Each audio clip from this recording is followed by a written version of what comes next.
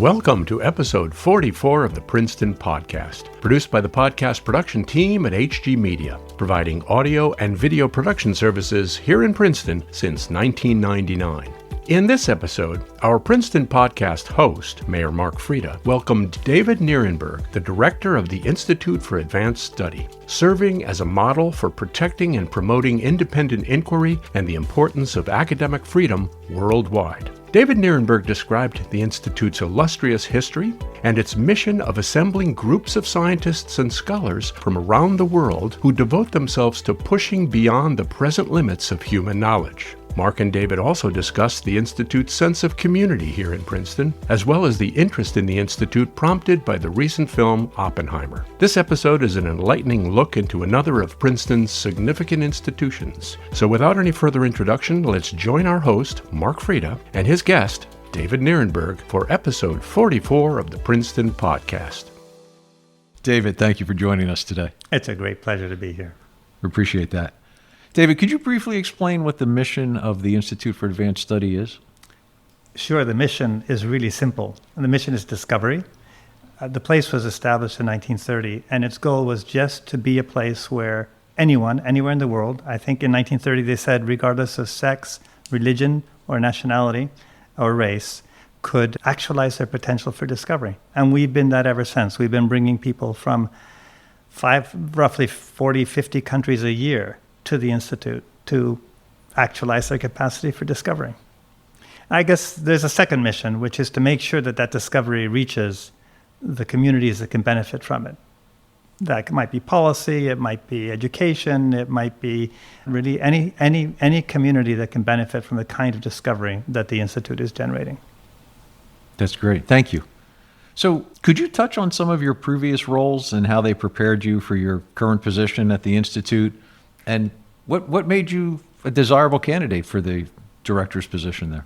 Well, Mayor, looking at your own CV, I could throw that question back at you. You've done so many interesting things. And I'm sure you'll agree with me when I say that just about everything prepares you for these kinds of roles. Yes. I dropped out of high school and worked at McDonald's full time. That prepared me for this kind of role. Yeah. I worked at Morgan Stanley. I think you... It was like Goldman. I worked at Morgan Stanley for a short time. That prepared me for this kind of role. And I think every aspect of our lives, for example, I grew up bilingual and immigrant family, always translating between cultures. I think that prepares me for a kind of role where that's really my job, to translate between the different faculties, professors and the world, between philanthropy, educational establishment, politicians, and the kind of thing we're doing. I think it's all about translation, and the more of the world we know, the more languages we know, the more people we know, the more we've been in the world, the better we're going to be at it. So I'd say every role. But there have been some roles that have really helped me understand how to lead a larger organization. I guess my role as Dean of Social Science at the University of Chicago, and then as Executive Vice Provost there, really trying to manage all of the arts and sciences, computing, libraries, all of the kinds of resources it takes to make discovery and education possible. Those have been really helpful. That's a great answer. And I totally agree that I think every experience we have in life is something that we should learn from and that we can use later on. So very impressive. Thank you. Well, let me ask you back. No, I want to have a podcast where I get to interview you. That's nice. It's a deal. So, I think from what I've read, your background departs from that of past directors of the Institute, at least past directors for many decades.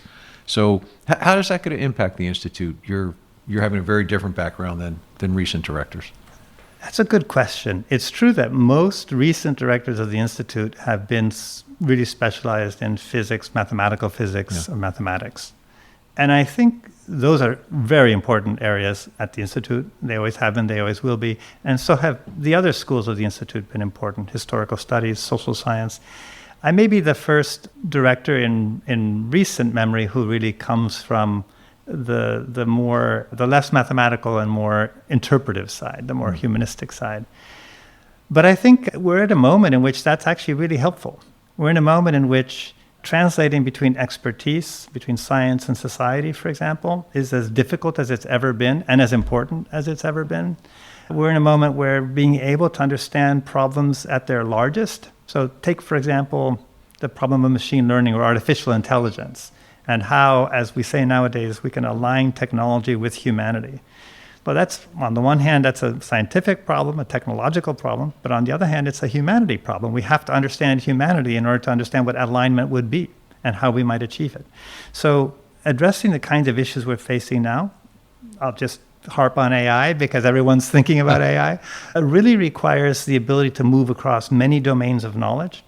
And that's the one thing I've always been working on, working across domains. So I started working on Islam, Judaism, and Christianity, not just one of them, but all three, and how they related to each other, how they translated each other.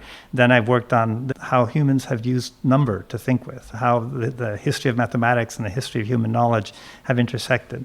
Now I'm working on how our knowledge of artificial selection, of how humans have learned to select plants and animals to do things in the world they want to do, like create food or create animals they can work with, have shaped how humans think about, for example, race or religion. So bringing different parts of problems together, I think that's what's really important nowadays. And I think that the background of, let me just say, a really broadly educated humanist, someone who's worked in mathematics, who's worked in science, who's worked also in, say, finance or law or any of the other languages that structure humanity, that's a role that's really important today. Thank you. Thank you very much. So what about your educational journey? Can you share a little bit on that? Yeah, I think we would all agree, probably everyone listening to this podcast would agree, that our educational journey is everything. It has so much to do with the lives we can lead and the capacities we can cultivate. And I can just say, thank God for public education. My family moved around a lot until I was about 7, like I say, immigrants to the United States.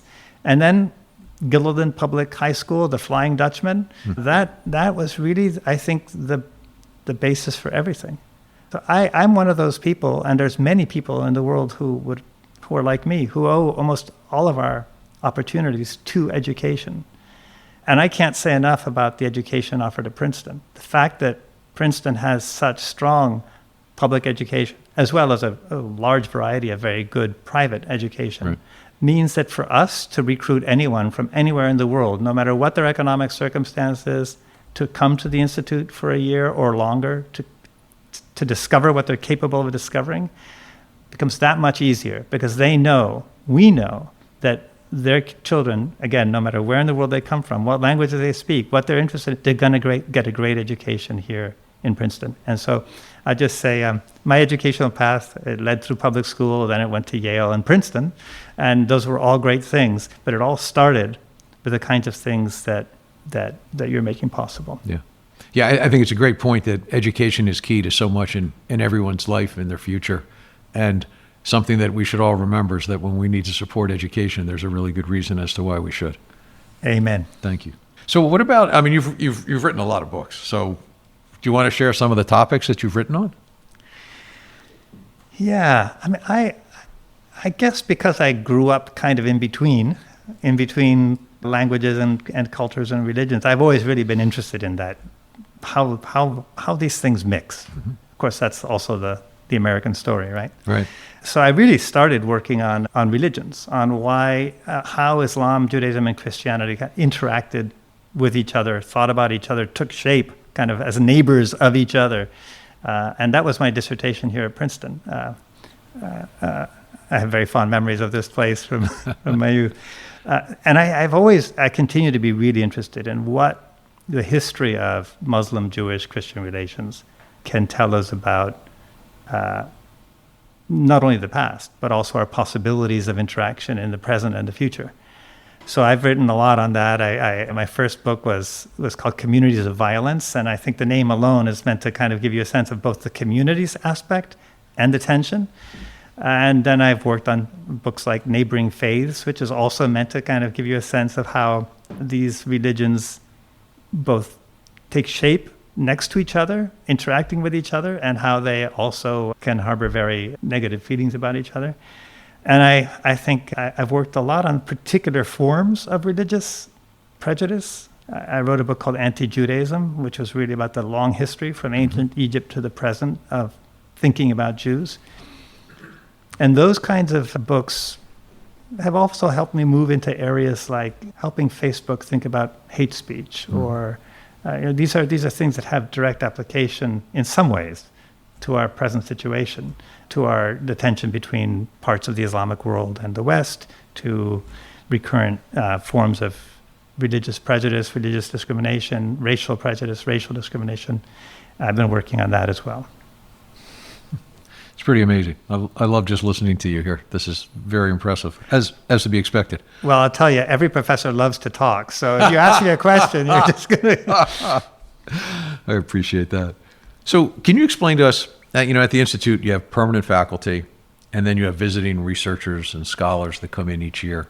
So how does all that work, and how are you, why am I permanent versus why am I a visiting person? How does that all come about? That's a really interesting question. And I guess we're pretty unique in our combination. So let me just explain it. Unlike a university, which has usually many professors, we have ranging between 25 and 30 professors, depending on how full are. Just a handful. And they're all at the very tops of their field. They're very eminent people, but there's only 25 of them, 28 of them, 30 of them. So 4 in the social sciences, 8 in historical studies, in physics and mathematics. Right? And then we have 10 times that number, as much as 300 members each year. And those are people who come from all over the world. And they come from all over the world to work on a problem. Sometimes it's their own problem. It's just what they're interested in doing. They have total freedom to pursue what they want to do. Sometimes it's a collective problem. So the School of Mathematics might say, this is the most important mathematical question in order to make progress in this branch of mathematics. And so what we're going to do is we're going to bring 30 people from all over the world, the best people on this subject, and we're going to think together for a year and make progress on this one problem. School of Social Science has themes. They bring together a bunch of people to work, say, on the politics of climate change. Or this year it's on platform. So on a major problem, and they work together. And what that means is that we can kind of reassemble every year around the question, the issue where we think discovery is most fruitful, most pregnant, most necessary in our given discipline. It's very different from a university where you have all of this faculty that are there basically permanently. And then you have students who are not yet researchers, right? They're not yet fully formed or researchers. And you have a harder time reassembling around a question in a regular and dynamic way. So I think our structure gives us a big advantage in thinking about emerging problems at the foundations of knowledge. Thank you. That's great to actually have an idea of how you do all this. But it also means that every year we're bringing like 300 people from all over the world to Princeton. Yeah. And that's part of making Princeton is an amazing town because it's small, and yet it has real critical mass intellectually and in many ways. And we contribute to that by really turning Princeton into something of a cosmopole, right? We bring, as I say, roughly 300 members a year from 45 different countries on average a year to this small town. And in that way, we've been contributing really since Einstein and von Neumann and Panofsky and all that initial generation came from Europe to the Institute and from China to the Institute. We've been contributing to making this town, may I say, punch far above its weight in terms of its intellectual place in the world. Yeah. No, I'd have to agree with that. So let me ask you, I think everybody recently, due to the Oppenheimer movie, has maybe a greater awareness of the Institute. So has the movie had any effect on the Institute, or have you seen more interest? I don't know how that might show itself, but... Yeah. Well, it shows itself in many ways. You bet the movie's had some consequences. One consequence is that cars tend to enter my driveway, which is a circle, and race through it with their cameras held up to take a picture of the house that they saw in the movie. Luckily, no one's killed anybody yet. I think for a period there were about 40 selfies a day at my back gate, which is a nice scene in the movie. You might remember it, where Oppenheimer and Kitty are standing at the gate looking out and thinking about their future. And I can't tell you how many people have come up to do selfies at that gate. But more importantly, I think the movie has reminded the world, and certainly us, even us at the Institute itself, of a role that the Institute has played in the history of technology and the history of the world. Let me tell you what I mean. In 1947, Life magazine published a cover story on Oppenheimer becoming director of the Institute. And it had a picture of Fold Hall, which, as you know, is our signature building, and it called it the most important building on Earth.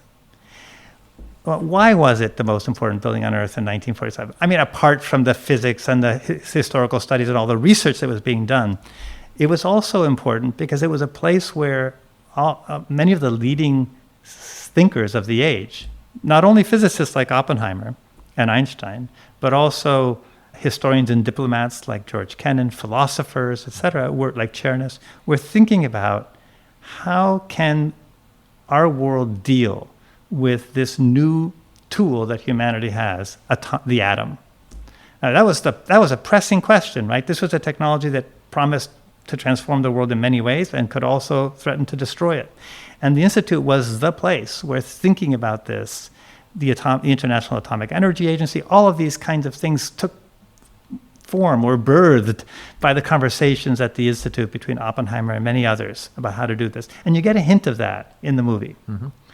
And what the movie's done is just reminded us of the importance of that place. We've always played a role in those kinds of discussions. Today we're playing a role in those kinds of discussions around AI. I think of our faculty member, Alondra Nelson, who returned to us from the White House where she had written the AI Bill of Rights and has been convening people from policy, people from research and science, people from industry to really think about what AI governance could and should look like globally. So the Oppenheimer movie kind of reminded us of a really important role, of the ongoing importance of that role, and it just reminded us that at the Institute we have an obligation and an opportunity to continue fulfilling that role. Yeah. So whether or not we've seen the movie, and maybe you've partially answered this, but what should we know about Oppenheimer or even Einstein's history with the Institute? Yeah, that's an interesting question, and I guess I did touch on it inadvertently in my previous. It's okay this time. But I don't think I said what I really feel is so distinctive about Oppenheimer's role. And I think this is something that we should know, and I wrote about it in the Wall Street Journal, actually, right before the movie came out, kind of. Mm-hmm. And that is that Oppenheimer, he was a physicist. He was a great physicist, not as great as some of the others who came perhaps through the Institute's doors in terms of his foundational contributions to the discipline, but very important. But what fewer people know is that Oppenheimer was convinced that the challenges of atomic energy, both in terms of its peaceful uses and in terms of its potential for destruction, couldn't be met through technology alone. He repeatedly insisted, and this cost him, right? And one of the reasons he lost his security clearance, as you know from the movie, is because he insisted that physicists were not the best or only guardians of what the future of the atom should be or could be. That on the contrary, these kinds of problems, these technological problems that the bomb posed to society, to humanity, could only be answered at the human level. That is, at the level of, say, politics, at the level of sociology, at the level of ethics, at the level of philosophy. And he had these big arguments with, not so much with Einstein, but with von Neumann, John von Neumann, who was really one of the greatest, most creative minds in the world of mathematics and physics and biology and many other areas. And von Neumann invented something called game theory. And he invented game theory as a way of basically what he saw as solving the challenges of the atomic bomb. With game theory, you could predict when you should attack, when you shouldn't attack, who would win the war, etc. And Oppenheimer was sure. In fact, he said it shortly after von Neumann's death. He asked, what are we supposed to make of a society that can only contemplate the possibility of its technology destroying all of the Earth in game theoretical terms, and rather than the ethical terms that humanity has always deployed to think about these kinds of problems? So I guess what I'm trying to say that's important about Oppenheimer is he understood that in order to solve is maybe the wrong question, wrestle with, approach, understand any of the major problems we face, science is not enough. Science is absolutely necessary. Remember, Oppenheimer funded von Neumann's computer, right? Science absolutely necessary, but philosophy, ethics, humanities, history, social sciences, all also necessary. And Oppenheimer, he built an institute that could bring all those together. He even brought T.S. Eliot, the poet, to the Institute because he thought that that was also an important way of approaching the kinds of questions that we had to approach. Well, thank you. So how does the Institute understand its place in the community? You know, that's a question that's very dear to me because I spend a lot of time thinking about it. And I think for many in the community, the Institute has succeeded so well in becoming part of the community that they don't even notice it. Let me give you an example of what I mean. When you drive into Princeton along Quaker Bridge Road, Quaker Road? Mercer Street. Well, Oh, I'm sorry. Quick by the... both. Oh, right. The Quaker Road comes and sure. then into Mercer Street. Yep. What you see is a whole kind of landscape that reminds you of what Princeton might have felt like at the moment of the American Revolution. Sure. Well, that's part of your feeling about Princeton, or when you feel like you really need to take your dogs for a walk. I think a lot of people in Princeton know that the Institute Woods are a nice place to go. A lot of people go there. A lot of people go there. And so we've opened our 800 acres of campus in a almost invisible way to the community and turned ourselves into a space for the community. And by community, I don't mean just the human community. Our woods are permanently preserved and fields, and those are an essential flyway for like 200 species of birds. I can't tell you how many kinds of frogs. In other words, I think of Princeton as a space that has, since its origins, really been focused on, in some ways, opening its spaces to the community. That's especially true of the battlefield. I don't think the battlefield would look anything like what it looks like if it weren't for the gifts of land that the Institute made to the state and to the trust, to the monument that the Institute gave to the battlefield. So I guess what I'm trying to say is in many of the things that we experience as Princetonians, the Institute's already there. But I would add more. I'd just say that the Institute isn't just there to nurture the intellects and the potential for discovery of people from all over the world. It is. But it's also there to nurture the intellects and the potential for discovery of Princetonians. And we have a lot of events. We're doing a better job at advertising them now. A lot of events, a lot of thinkers, intellectuals, performers, politicians, policymakers, representatives of different industries who come through the Institute. And we try to make these available as a space where everyone in Princeton who wants to can participate in the kind of conversation, deep conversation about difficult problems that the Institute exists to catalyze and sustain. Yeah, I find it interesting. I think so many people who enjoy, whether it's walking through the woods or whatever, but just kind of, or even the turkey trot that happens every year goes through Institute land. So, but I think if you live here, you almost take the Institute for granted in that it's always been here and I've always had access to the property at least. Well, that's true, and it's really interesting. We live in an age of self-promotion, but the Institute has never really done that. We don't put signs on our property. You don't know when you walk into the Institute woods or into the fields around the Institute that these are Institute things.